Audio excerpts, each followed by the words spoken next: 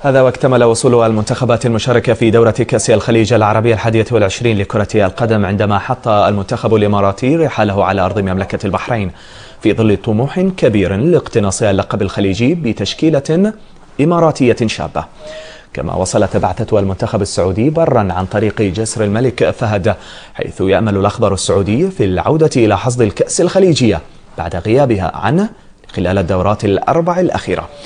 ويخوض المنتخب العماني البطولة في غياب قائده علي الحبسي محترف فريق ويغان الإنجليزي نظرا لارتباطه مع ناديه الإنجليزي، حيث فشلت كل المحاولات في تواجد علي الحبسي في العرس الخليجي.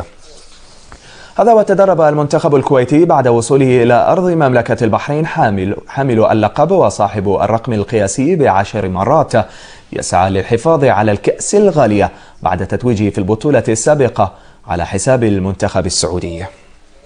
وكان المنتخب القطري آخر الواصلين إلى مملكة البحرين، حيث يتواجد المنتخب العنابي في المجموعة الأولى، والتي تضم كل من منتخب البحرين المستضيفة ومنتخب عمان إلى جانب الأبيض الإماراتي.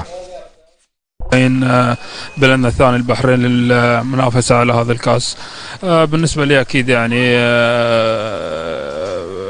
يعني حظوظ كل الفرق متساوية في هذه البطولة. أكيد مجموعتنا مجموعة صعبة، الحظوظ فيها متساوية. أتوقع بالنسبة لنا علينا أن نفكر في البطولة خطوة بخطوة. يمكن الخطوة الأولى راح تكون أن نعدي المباراة الأولى اللي هي من وجهة نظري راح تعدي لك نص المشوار للدور الثاني، ومن عقبها تفكر في الجاي.